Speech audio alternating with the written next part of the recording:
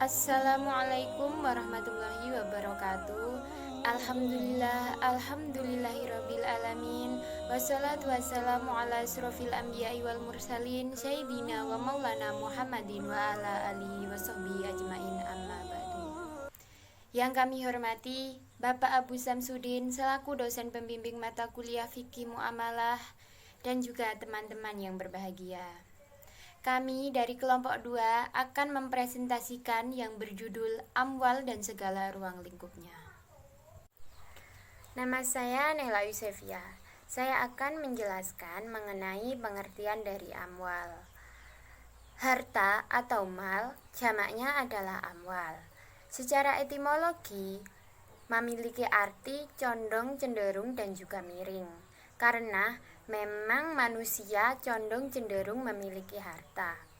Sedangkan menurut kompilasi hukum ekonomi syariah pasal 1 ayat 9, harta atau amwal memiliki arti benda yang dapat dimiliki, dikuasai, diusahakan, dan juga dialihkan, baik benda berwujud maupun tidak berwujud, baik benda terdaftar maupun tidak terdaftar, baik benda bergerak maupun tidak bergerak, dan hak yang memiliki nilai secara ekonomis.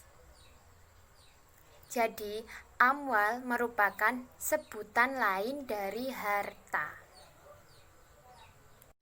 Selanjutnya adalah unsur-unsur amwal.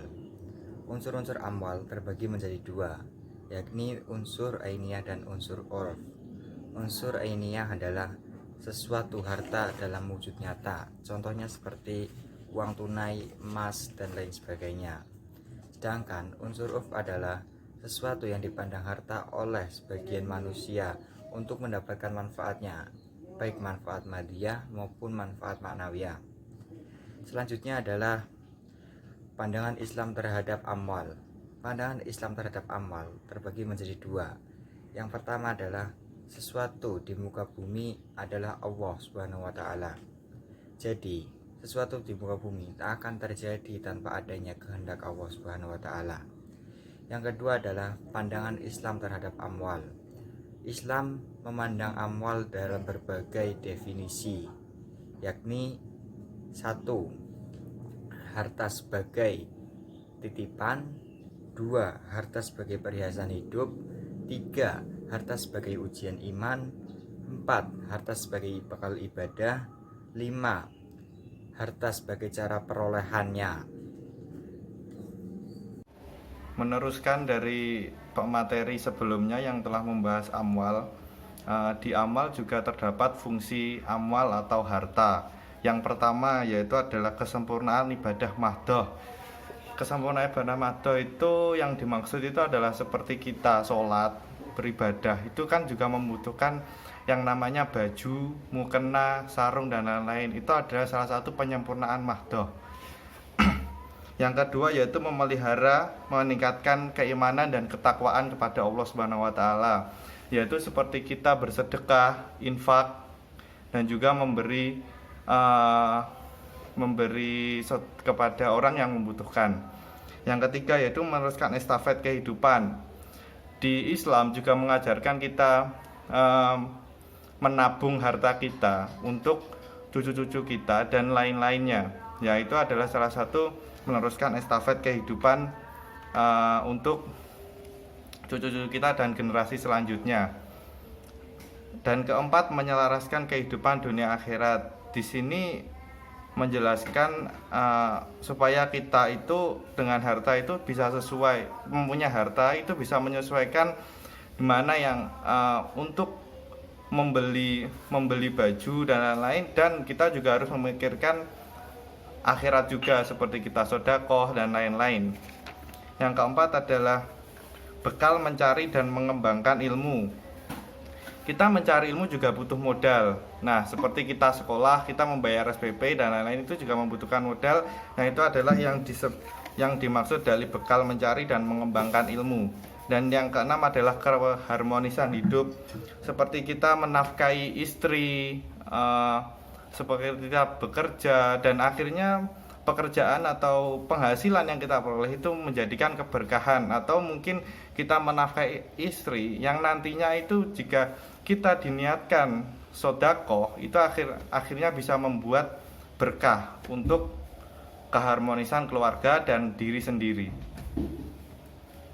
Asas kepemilikan harta. Yang pertama, asas amanah. Manusia diberikan kewenangan untuk memanfaatkan kemaslahatannya menjadi manusia. Kewenangan yang diberikan bukan hanya kewenangan mutlak, tapi hanya sebuah titipan yang sewaktu-waktu akan dicabut. Manusia diamanatkan bahwa harta yang dimiliki bersifat nisbi. Oleh karenanya itu, cara memperoleh dan cara penggunaannya harus menggunakan kehendak pemilik mutlak.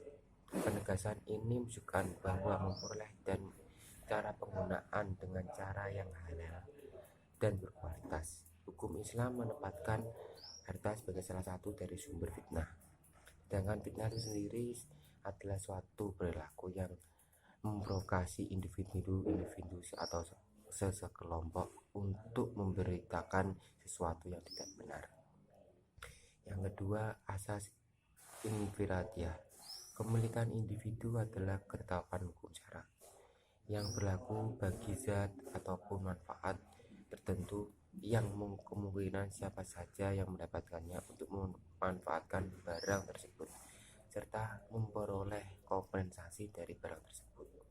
Jika barang yang diambil kegunaannya oleh orang lain seperti disewa ataupun dikonsumsi untuk dihabiskan zat seperti dibeli. Oleh karena itu, setiap manusia memiliki kekayaan dengan sebab-sebab atau cara kepemilikan tertentu.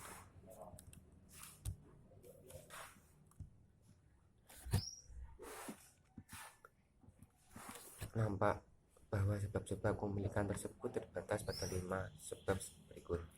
Yang pertama, bekerja, warisan, kebutuhan akan harta untuk mempertahankan hidup. Yang keempat, harta pemberian yang diberikan kepada rakyat. Yang kelima, harta-harta yang diperoleh oleh seseorang dengan tanpa pengeluaran harta atau tenaga apapun. Yang ketiga adalah asas ijtimaiyah. Menurut hukum Islam, dalam hak individu terdapat hak masyarakat. Masyarakat tidak akan menghapus hak individu selama hak masyarakat itu digunakan untuk kepentingan bersama atau umum. Harta dapat dimiliki baik secara individu maupun secara kelompok, hanya memiliki fungsi atau pemenuhan kebutuhan hidup milik, tapi pada saat yang sama dalamnya terdapat hak masyarakat. Hak masyarakat dalam kepemilikan individu didasarkan oleh kesejahteraan.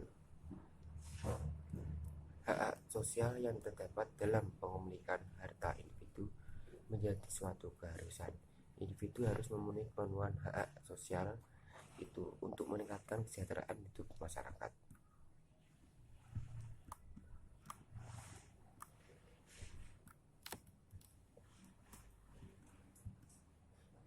Yang terakhir adalah hak pemanfaatan. Asas pemanfaatan yang terakhir adalah asas pemanfaatan dalam kepemilikan harta. Penempatannya atau pemenuhannya kebutuhan pribadi dan keluarga menjadi prioritas. Betapa banyak sinyal-sinyal Al-Quran dan Sunnah Rasul menunjukkan itu, jagalah dirimu dan keluargamu dari siksaan api neraka. Nafkailah kerabat-kerabatmu, kaum miskin dan kaum musafir. Sinyal ini menunjukkan bahwa pemanfaatan harta itu diutamakan untuk meningkatkan kesejahteraan keluarga sebagai fondasi utama. Jika telah memenuhi kebutuhan kerabat, baru pemanfaatan selanjutnya untuk memenuhi kebutuhan orang fakir dan orang miskin. Terima kasih.